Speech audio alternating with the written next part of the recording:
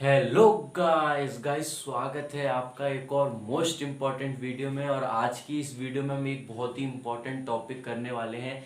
जैसे कि हमें बहुत से क्वेश्चन ना एग्जाम में आते हैं इस पर, और बहुत ही इम्पोर्टेंट टॉपिक है ये कि हम कैसे निकाल सकते हैं कि एम्फेरिकल फार्मूला और molecular formula, how to find empirical formula और मॉलिक्यूलर फार्मूला। हमें क्वेश्चन में दिया जाएगा कुछ हिंट्स और उसमें से हमें पूछेगा कि एम्फेरिकल फार्मूला और मॉलिक्यूलर फार्मूला निकालिए। तो वो कैसे निकालते हैं आज की इस वीडियो में आप देख लेंगे।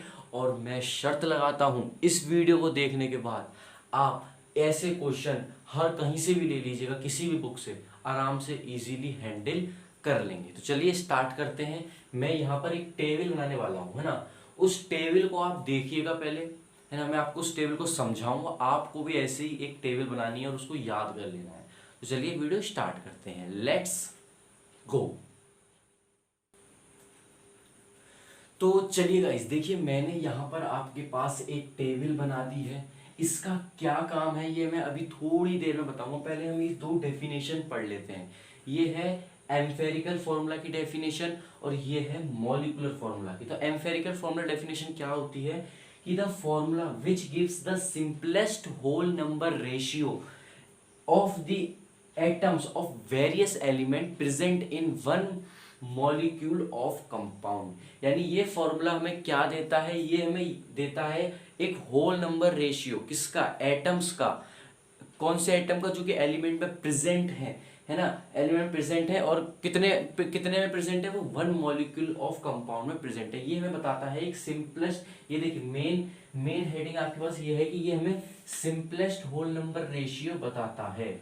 क्या बताता है, सिंपलेस्ट होल नंबर रेशियो। और देखिए इसी की दूसरी तरफ है मॉलिक्यूलर फॉर्मूला। मॉलिक्यूलर फॉर्मूला क्या बोलता है कि the formula which gives the actual number of atoms, actual numbers of atom बताता है। और ये उन एटम, ये तो पूरा एक्चुअल नंबर बताता है, एटम्स कितने प्रेजेंट है ना। और ये क्या बताता है, ये एटम्स का सिंपलेस्ट रेशियो बताता है, होल रेशियो बताता है। तो ये तो हुई हमारी दो डेफिनेशन। वैसे भी डेफिनेशन पेपर में नहीं आ रही है, एमसीक्यू क्वेश्चंस आएंगे, तो डेफिनेशन आप बस याद कर लीजिए कि हाँ ये आपको डेफिनेशन याद होनी चाहिए। अब देखिए इस टेबल का क्या काम है। अब आपके पास कोई क्वेश्चन आया, है ना। देखिए एक क्वेश्चन आपकी स्क्रीन पे आ रहा होगा। वो क्वेश्चन हमें क्या है कि है एक compound contain 4.07% hydrogen, 24.27% carbon and 71.65% chlorine. It's molecular mass is 98.96। What is the empirical formula and इसका मॉलिक्यूलर फॉर्मूला। हमसे ये क्वेश्चन बोला है। तो इस क्वेश्चन को आप देखिए ध्यान से। अब देखिए मैं बताता हूं। अब देखिए पहले यहां पर आपको क्या भरना है। इस टेबल में सबसे पहले आएगा हमारे पास एलिमेंट्स। क्या आएगा, एलिमेंट्स। अच्छा सर एलिमेंट्स आ गया। अब आएगा परसेंटेज कॉम्पोजिशन। क्या आएगा, percentage composition, percentage composition.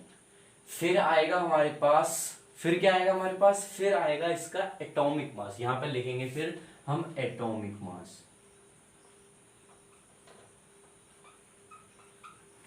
Atomic mass. फिर आएगा हमारे पास मोल्स ऑफ एटम। क्या आएगा, moles of atom.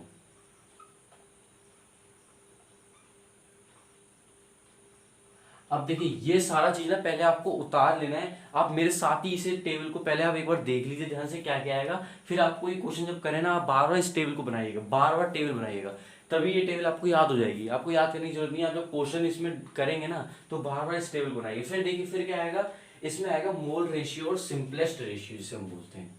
Mole ratio और सिंपलेस्ट रेशियो दोनों एक ही बात है ना। तो देखिए ये हुई हमारी टेबल। अब देखिए क्वेश्चन क्या बोल रहा था, क्वेश्चन पढ़िएगा आप दोबारा, साइड में क्वेश्चन आ रहा होगा। क्वेश्चन क्या बोल रहा था कि हमें एलिमेंट कौन कौन से दे रखे हैं। एक तो हमें दे रखा है हाइड्रोजन, हाइड्रोजन कितना दे रखा है 24.37%। तो देखिए पहले तो हमें देखना है एलिमेंट्स कौन कौन से दे रखे हैं क्वेश्चन में। एक तो हमें हाइड्रोजन दे रखा है ना, और एक हमें दे रखा है कार्बन, और एक दे रखा है हमारे पास क्लोरीन। तो यहाँ पर आप उसके एलिमेंट्स के सिंबल लिख दीजिए। क्या क्या है हमारे पास, carbon, hydrogen, chlorine, carbon, hydrogen और क्लोरीन। ये तीन एलिमेंट्स दे रखे हैं, और इनकी परसेंटेज क्या क्या दे रखी है। एक की दे रखी है हमें 24.27, ये हमें किसकी दे रखी है, कार्बन की दे रखी है। किसकी, कार्बन की।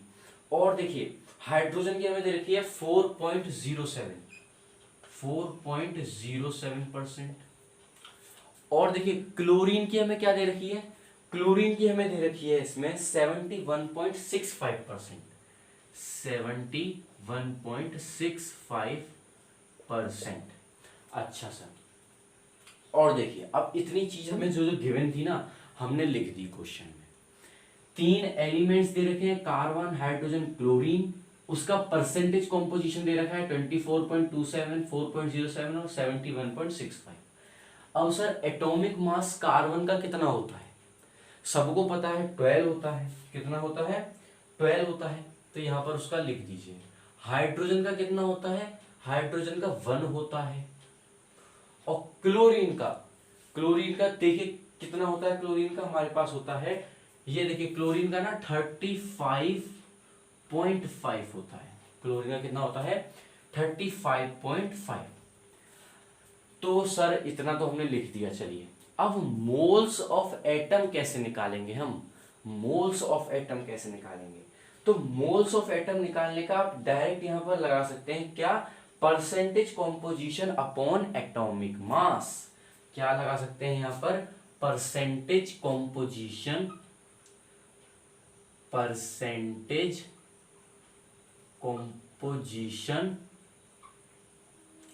Upon atomic mass. तो परसेंटेज कॉम्पोजिशन हमें कितनी दे रखी है, वो दे रखी है हमें 24.27 अपॉन में 12।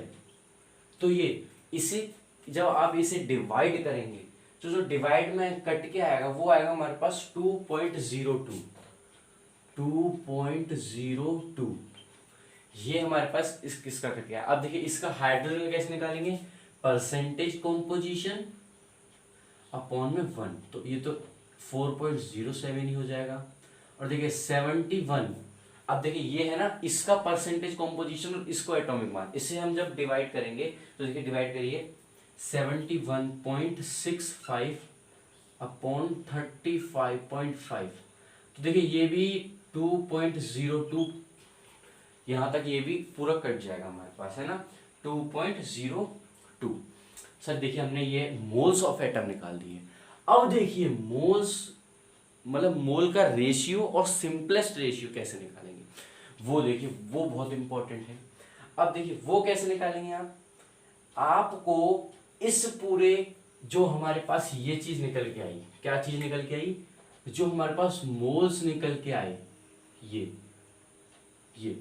इसमें सबसे छोटा नंबर कौन सा है, सबसे छोटा 2.02, 4.07 और 2.02। सर 2.02 सबसे छोटा है। तो देखिए जब आप इसे करेंगे तो आपको क्या करना है, इसके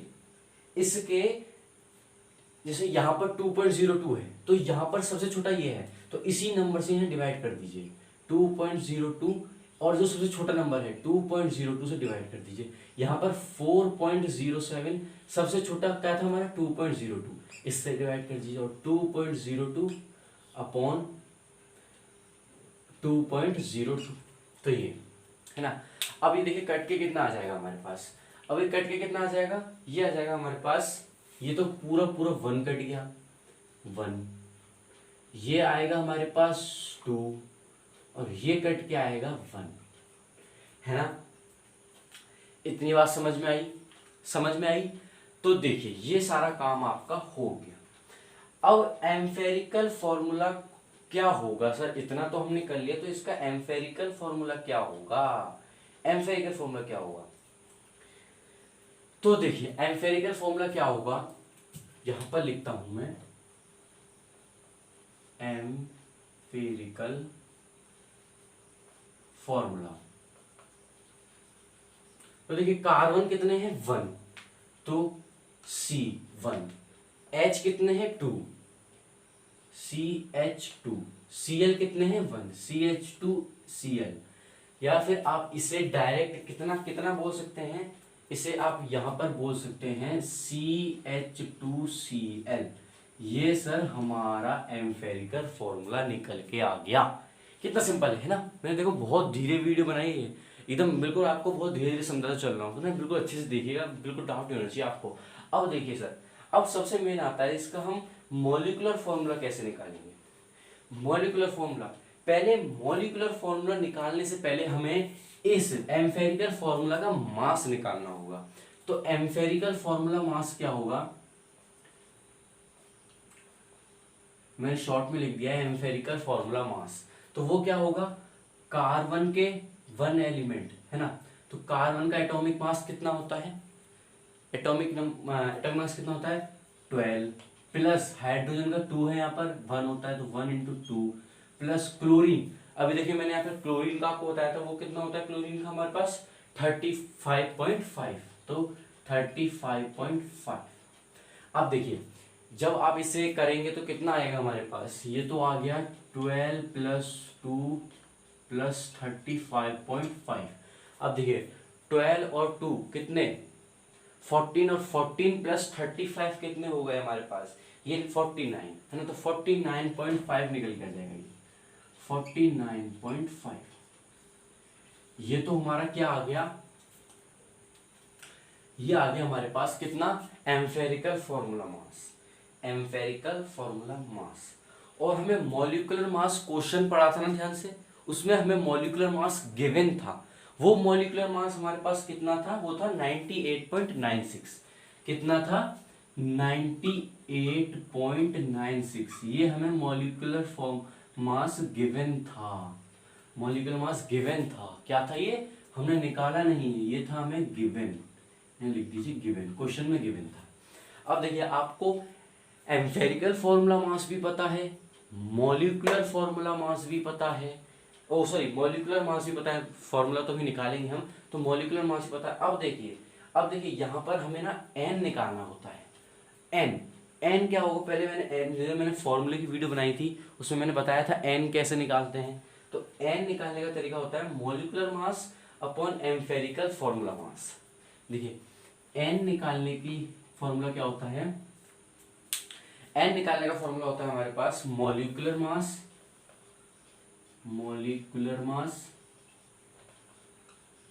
और अपॉन में एम्फेरिकल फॉर्मूला मास, ये होता है हमारे पास। तो एम्फेरिकल फॉर्मूला हमारे पास, मॉलिक्यूलर फॉर्मूला में गिवन कितना है, कितना गिवन है हमें, ये दे रखा है हमें 98.96। कितना दे रखा है 98.96। और एम्फेरिकल फॉर्मूला अभी हमने निकाला वो कितना आएगा हमारे पास, वो था 49.5।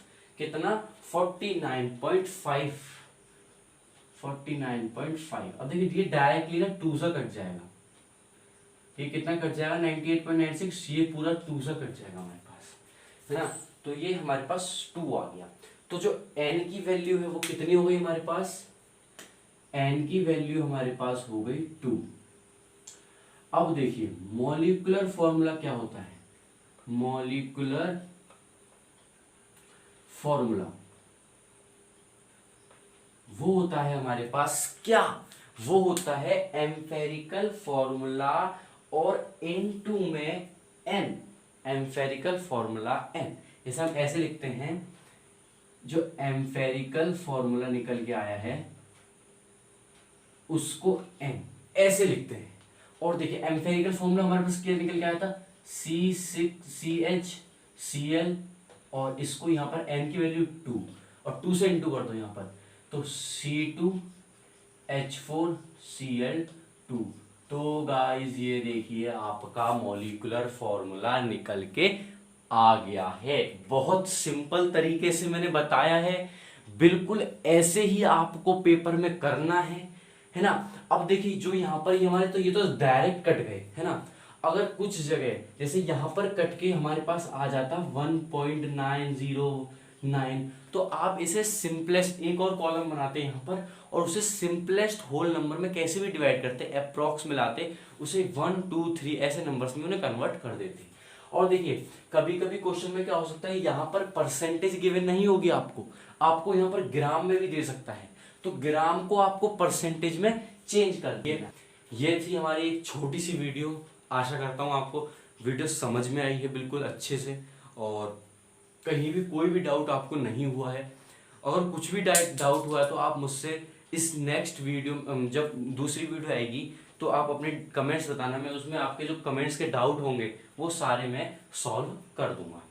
तो इतना ही था आज की वीडियो के लिए। मिलते हैं आपसे एक और बहुत धमाकेदार वीडियो में, तब तक के लिए बाय।